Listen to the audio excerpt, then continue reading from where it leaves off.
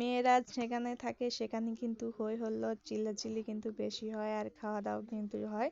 আসসালামু আলাইকুম, কি খবর, কেমন আছো তোমরা? কাছে দূরে দেশ ও দেশের বাইরে যে যেখান থেকে আমার ভিডিওটা দেখছো, আশা করি সবাই ভালো আছো, সুস্থ আছো। আমরা আলহামদুলিল্লাহ ভালো আছি।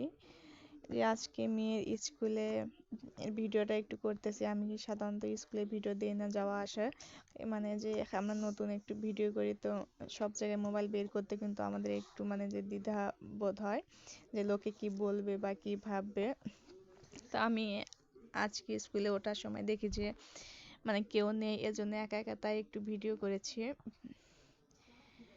আর এই যে আমরা স্কুলে এসে মেয়েদের টিফিন খাওয়ার পরে আমরা মায়েরা এখন এই যে খাওয়া দাওয়া করতেছি।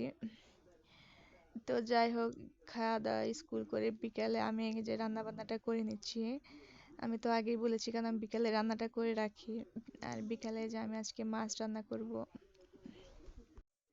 আসলে সংসার জীবনটা কিন্তু ব্যস্তময়, এখানে কিন্তু সবাই ব্যস্ত থাকে।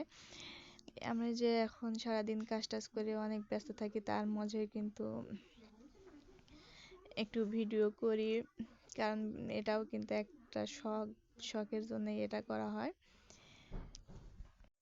আর স্কুলে গিয়ে কিন্তু 2-2.5 ঘন্টা এমনিতেই বসে থাকা হয়। এই সময় কিন্তু অনেকে কাঁথা সেলাই করে, অনেকে টুপি বানায় বা একজন এক একটা হাতের কাজ করে। আসলে মেয়েরা কিন্তু বসে থাকতে চায় না। এখনকার মেয়েরা কিন্তু তারা নিজেরা সচ্ছলভাবে চলার জন্য নিজেরাও কিন্তু ইনকাম করে। যে রান্না বান্না শেষে আমি যে কালকে যে মুরগির খামারে গিয়েছিলাম, কিন্তু তারা আজকে যে ডিমের কথা বলে এসেছিলাম, তো আজকে যে আমাকে ডিম দিয়ে গেছে।